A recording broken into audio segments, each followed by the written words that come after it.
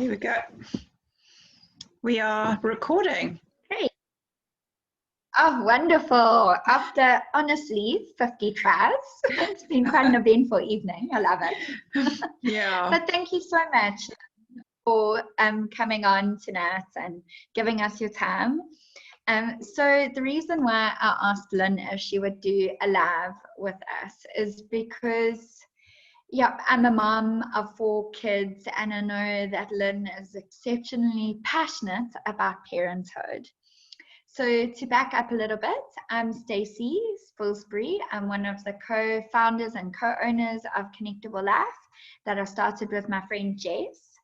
And the reason why we started Connectable Life is that we kept just meeting people who constantly were telling us their stories. And I started teaching online, and everyone that I was teaching online was not wanting to actually learn how to speak English. They were instead just wanting to talk to me about their story. And in having that conversation, we said, well, we need a space that people can just come anytime and no hindrances in their day, no issues, just easy accessible space that people can come and find the help that they need.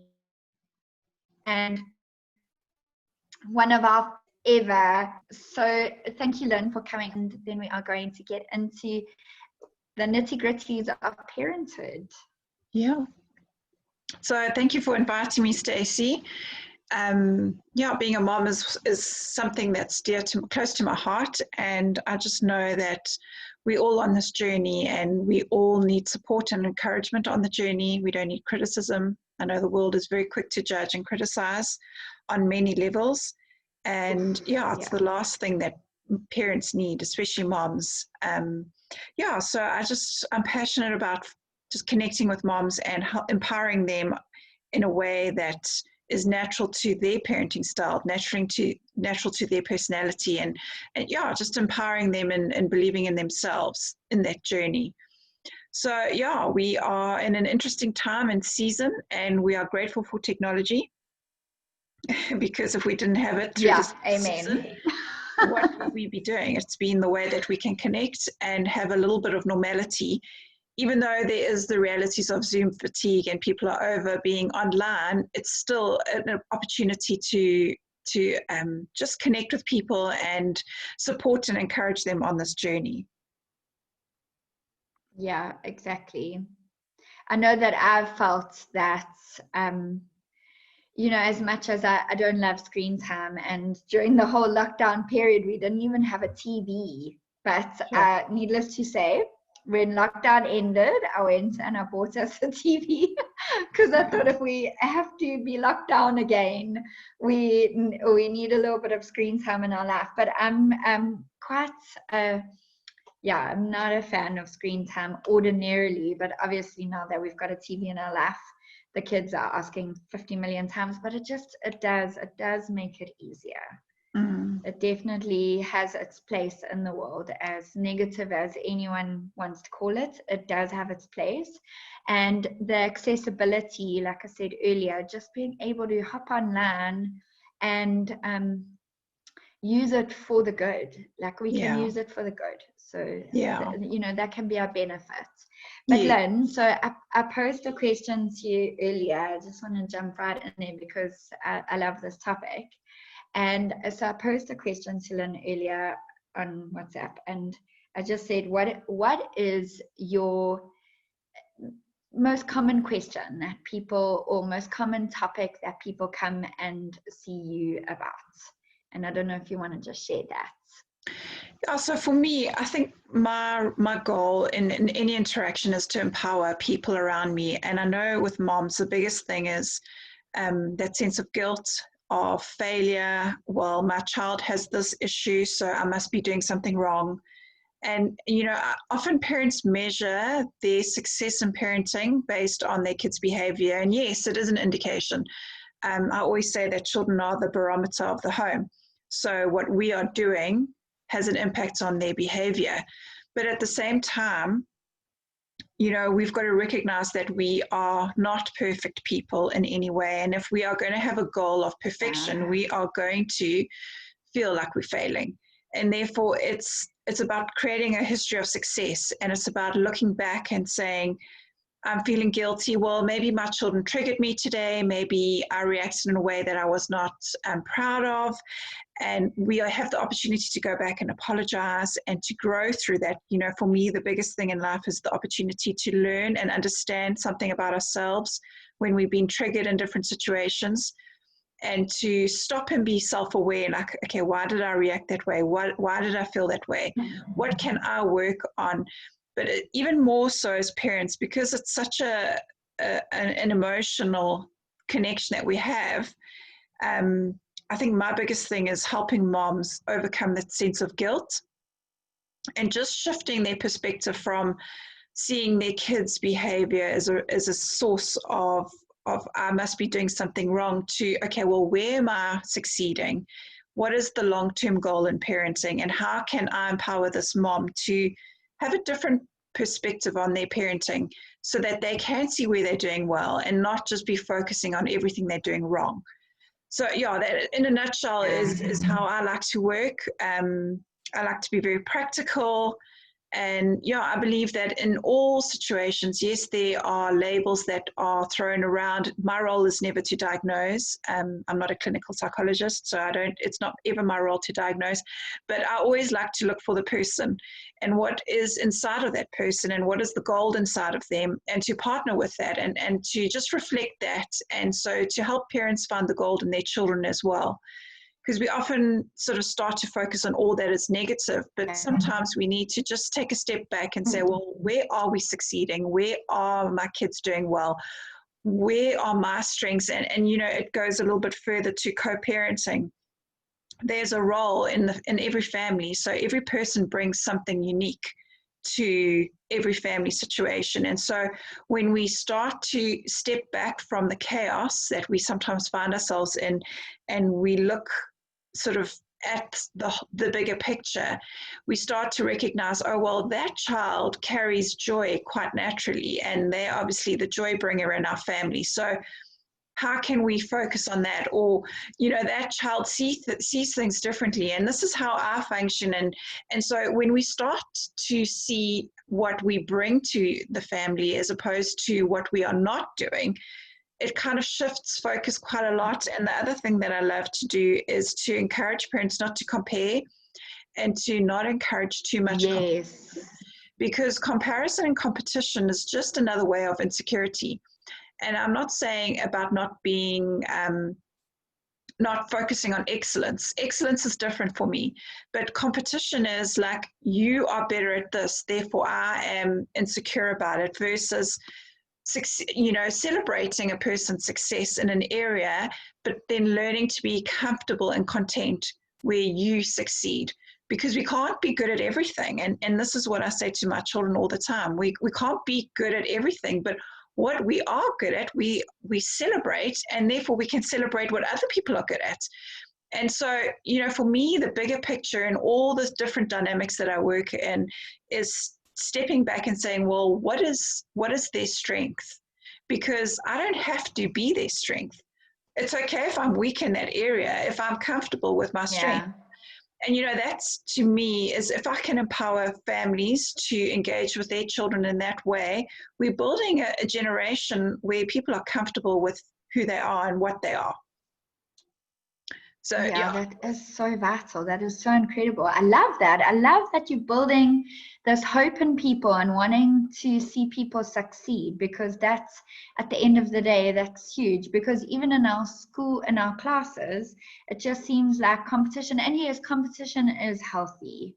There is the healthy element of competition, but not where it means that I'm going to pull you down, not where I don't want to see you succeed and I want to cheat and I want to lie about things because I want to be better than everybody else. And I love that. That's really awesome. I know, just talking about parent guilt, the part that has always, so me, I've got 4 boys, ages 9, 7, 5, and 2. And there are things that I'm quite confident that we are on the right road and we're on the right track, but there are obviously things where I feel like me more than my husband, because he's very calm, lose the plot completely. You know, when I've asked them 50 times to do something, or to get in the car to go to school, or take their bags, whatever, like every day there's some form of a scenario where I just, like, I'm a full-time mom, I'm a full-time owner of a company, so I'm working 24/7, plus I'm a wife, plus I'm a friend, and I love my friends. I'm an extrovert, so I cherish my friendships, but you know, there's a time where it just bubbles over, and I do find that I scream at my kids sometimes. I just totally lose the plot, and I feel so guilty afterwards. And I have to go to them. I pretty much always do it, and because I'm not scared of saying I'm sorry, and I'm very heartfelt about it. But you know, I have to go to them and say, I'm so sorry, like, mom really made a big mistake. And then my 7-year-old, he's like, but mom, you said that yesterday. You said yesterday you were sorry and you really hate shouting at us, and today you're shouting at us. And I mean, he said that to me this week, and I mean, I feel so awful about it. And I said to him, but you know, I am sorry, and I wish that I didn't shout, and I would love to not be that person. But at the same time, I just can't say, please get into the car another time calmly, you know. So where people, that's just my one example. Every mum would be coming to you with a different example of where they are feeling parent guilt. But like, for that kind of thing, what would you sort of suggest? Yeah, so our kids can trigger us in a way that many people don't. Oh my gosh, you're so right. Yeah, and it's totally emotive. And I think, you know, the frustration, the pressure, we're all under pressure, and there's just this pressure and busyness in life that kids just aren't always aware of. You know, they're in their own world. They're playing a game in their mind, and it's just the relevance. So I think for me, the biggest thing in all of those spaces is to be self-aware. So before I get to that point, is to be aware, yes, we are going to have days that it's easier to be self-aware than others. But I think for me, it's about taking every opportunity and stepping back and going, okay, I can feel myself getting frustrated. Okay, so what do I need to do practically? Whether it's take 10 minutes and breathe, or say to them in a calm way, you know what, I really don't want to be late for school, and I don't want you to be in trouble for being late for school. But there is a time where our kids do need to have a consequence. So whether they are late for school and there's a consequence at school because they've made a choice to be late, it's about recognizing, you know, we've put strategy in place. And so it's just little things about, as our kids grow, the way we engage with them changes, and the responsibility that they carry changes. So obviously what a 2-year-old has to be responsible for and what a 10-year-old is responsible for are two different things. You're so but it's right. about training them and realizing what they're responsible for and what I'm responsible for as a mom. And am I carrying too much?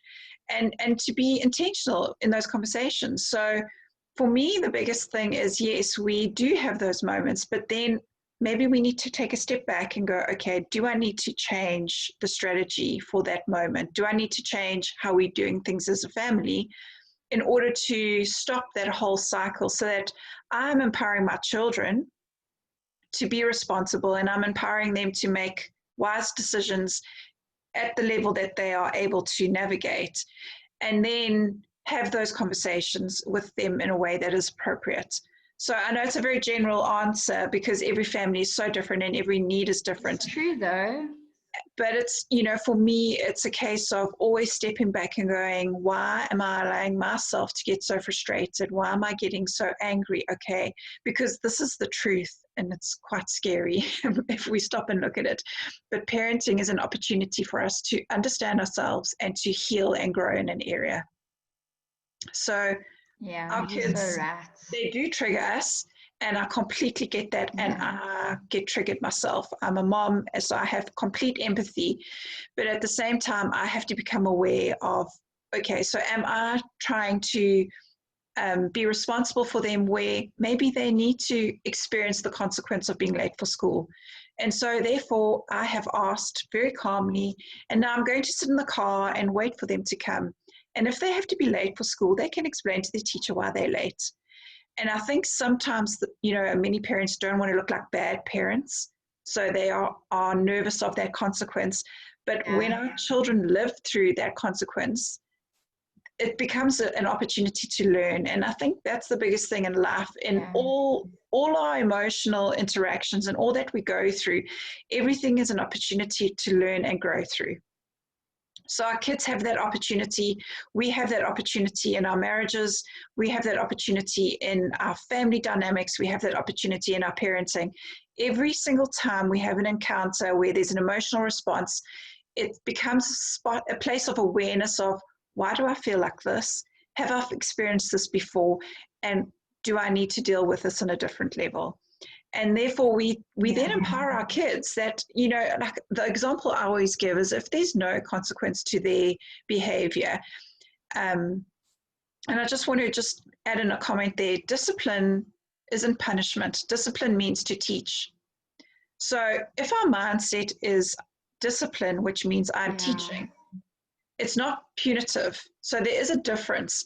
So if we are always rescuing our children, the example I give is, imagine you driving along the road as an adult, and you are speeding and the police stop you and they say, okay, you're speeding. If you do that again, I'm going to fine you. You get in your car, you're going to drive away. Have you really learned?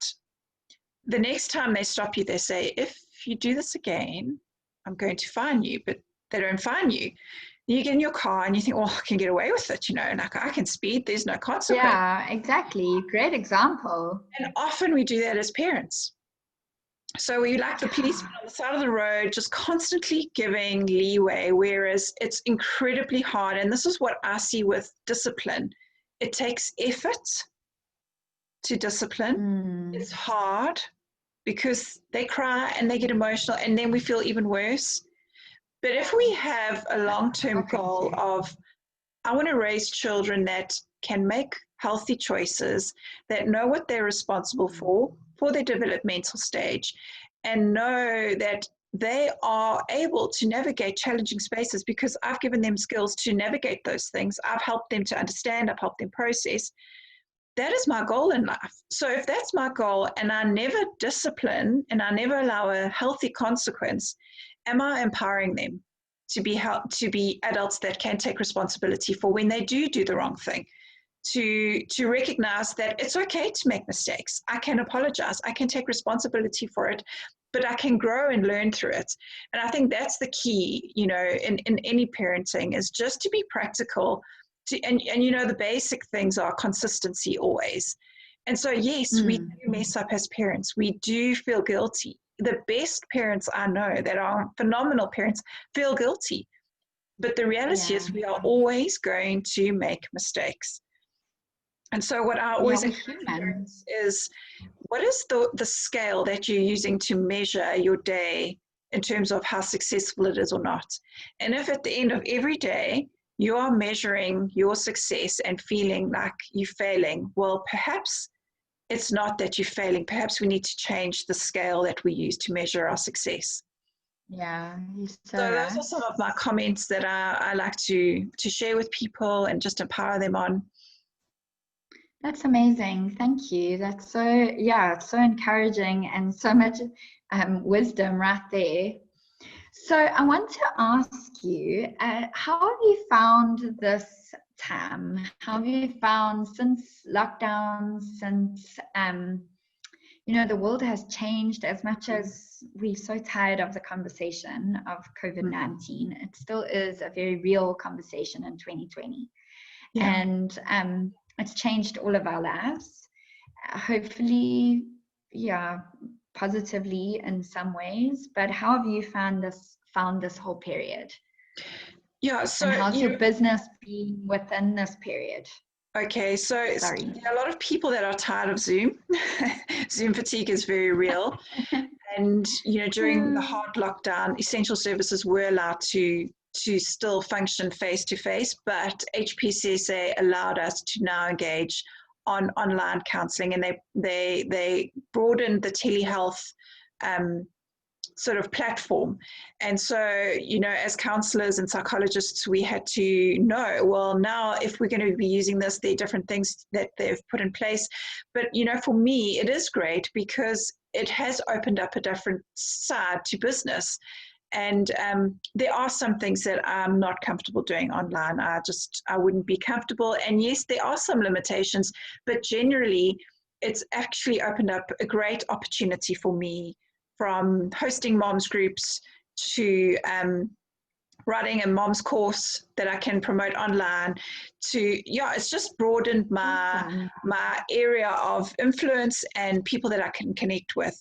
And it's also, I've had to do a whole lot more training, CPD courses on the telehealth, and, making sure everything is wonderful. Yeah. So there's been a lot of support in our industry for telehealth platforms, and just educating us how to do it, making sure all our professional indemnities are up to date for telehealth, changing our contracts just to make sure we include telehealth. So it's been a great opportunity to grow the area, not our scope of practice, but just the way we practice. Yes. And so some people are very open to it.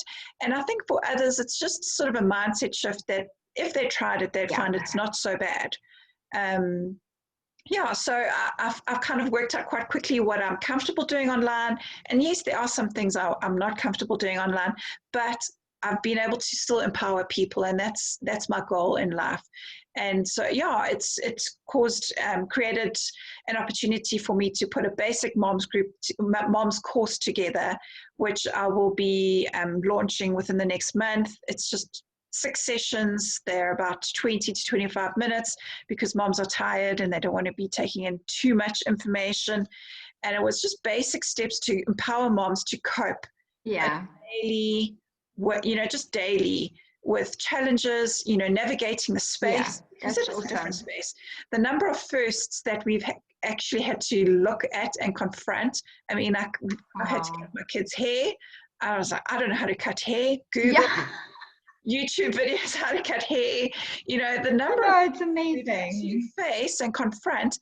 And if you think about it, we don't like change. It's, we're creatures of habit. There are some people that love it and they use it to overcome and just filter back and grow through. But for a lot of people, it's been very scary. Everybody has been affected in different ways, from financial aspects to, just pressure. Some people are under far more pressure because now they've gone from just working a normal day to suddenly working a whole lot more hours if you're essential. 24/7. Working from home. So many different aspects to this whole thing. But, if we use it in a way that's going to empower us, I'm all for it. So, it's an opportunity to engage with people in a different way.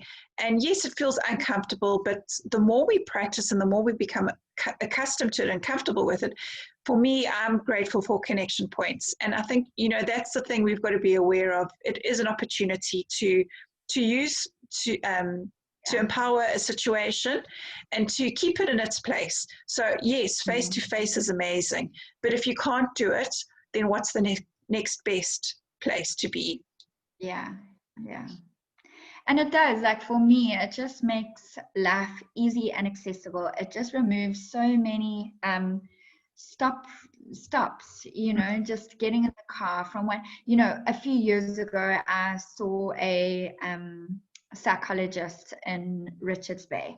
So I live in Ashawi, and it's like a good hour and a half drive. About that. And so it was honestly like a 2.5 hour round trip just in driving. And that was before any form of online was available. Now it is just so easy and accessible and available, and it also removes stigmas. So not only has it created the ease, it's removed a whole lot of stigma around people seeing a psychologist, counselor, whatever they want, Yeah. because they can do it in the comfort of their own home. No one ever has to know. And I love that, because it's just making mental health care available to whoever needs it at the end Yeah. of the day. Yeah. So tell me, another question I would like to ask is, what made you want to go in as a counselor? What is what is your passion?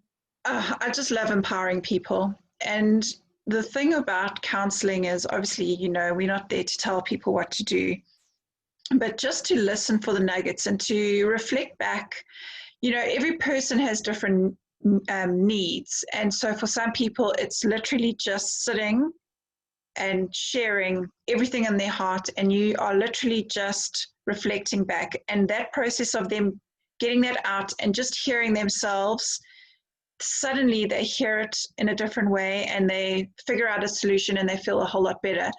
And so I just love creating that safe space for people where they can share whatever they need to share. They can say whatever they need to say. And at the end of the day, they start to figure out who they are. They start to understand what they are all about, what they're good at. And yeah, just creating a safe space, because I think the world is so judgmental and critical, and it's so easy to be an expert on everybody else's life except your own. You know, we all have blind spots. Yes. And so it's about being in that place of humility all the time, and knowing that every single person that sits with you and opens up, because I know it's incredibly hard and it's incredibly vulnerable, is there because they actually just need a little bit of acceptance and just a space to process. And I love that most of the time people don't realize they have the answers, but they do. And the more they just talk, or you ask a question, and they think you're amazing because they think you're giving them the answer, but actually you're just reflecting back what you're hearing. And they start to become aware. And yes, there are times that I like to share some skills, and I like to share some thoughts on just steps of empowerment, but you know, it's never a directive, this is what you have to do. So it's incredible to see people stepping into more and more freedom. And, you know, often you're planting seeds, or just working with somebody and imagining you've planted a seed, just giving them the space. And yeah, it takes time to grow, but you're creating that space where that seed has been watered, it's got the right amount of sunlight, and then they start to thrive. And just, yeah, so just helping them understand just how our mind works, just helping them understand to be self-aware. So why are you reacting in this way? Have you felt this way before? Do you ever remember feeling this way in a different context? And then people start to realize that this is just a pattern that they have lived in. And now, well, let's go back and take back. What do you want to take back from that past experience that you want to actually say, no, I'm not going to leave it there. So I just love empowering people. And I think that's always been my desire, is to help people walk in freedom and just to be comfortable in their own skin, to be happy with who they are. And, you know, it's always a journey. You know, even for myself, all the information, all the knowledge I have, I get triggered. I have to navigate spaces for myself. Yeah. I have to understand and process myself. So it's always knowing that we live in that space, but we live in that space in humility, because we don't all have the answers. And so we're just supporting somebody on their journey of figuring things out for themselves. Yes, that is so great, Lynn. Thank you so much for sharing all of that. And thank you so much for tonight. It has been really lovely, and I can't wait to do this again. Yeah, so thank you so much for all that you have shared with us. And I think that we have learned a lot of nuggets of gold, and learning how to see our own lives and look at our children, and to be kind to ourselves and to our kids at the end of the day. Hey, but thank you so much for that. Thank you for asking me have on. a good evening. Yes, thanks, Stacey. And we will see each other again soon. Yes, thanks so much. Take care. Thanks. Bye. You too. Bye.